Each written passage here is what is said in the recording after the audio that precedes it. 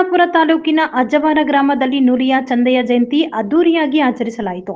ಗ್ರಾಮದ ಪ್ರಮುಖ ರಸ್ತೆಗಳಲ್ಲಿ ಪಲ್ಲಕ್ಕಿಗಳ ಮೆರವಣಿಗೆ ಮಾಡಿ ಟಮಟೆ ವಾದ್ಯಗಳ ಮುಖಾಂತರ ಎಲ್ಲರ ಗಮನವನ್ನು ಸೆಳೆದರು.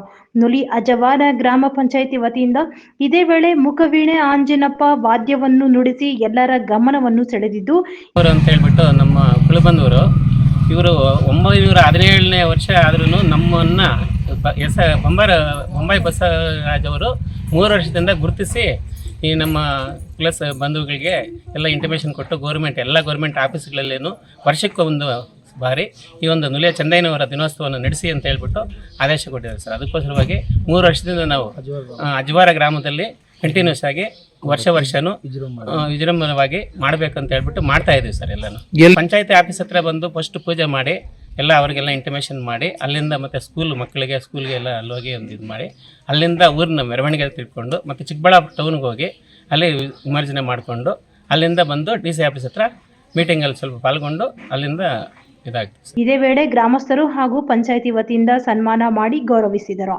ಸಿಹಿ ಹಂಚಿ ಶ್ರೀ ನುಲಿಯ ಚಂದಯ್ಯ ಜಯಂತಿಯನ್ನು ವಿಜೃಂಭಣೆಯಿಂದ ಆಚರಿಸಲಾಯಿತು. ಈ ಸಂದರ್ಭದಲ್ಲಿ ಎಲ್ಲ ಕುಲ ಬಾಂಧವರು ಸೇರಿ ನುಲಿಯ ಚಂದಯ್ಯ ಜಯಂತಿಯನ್ನು ಆಚರಿಸಿದರು.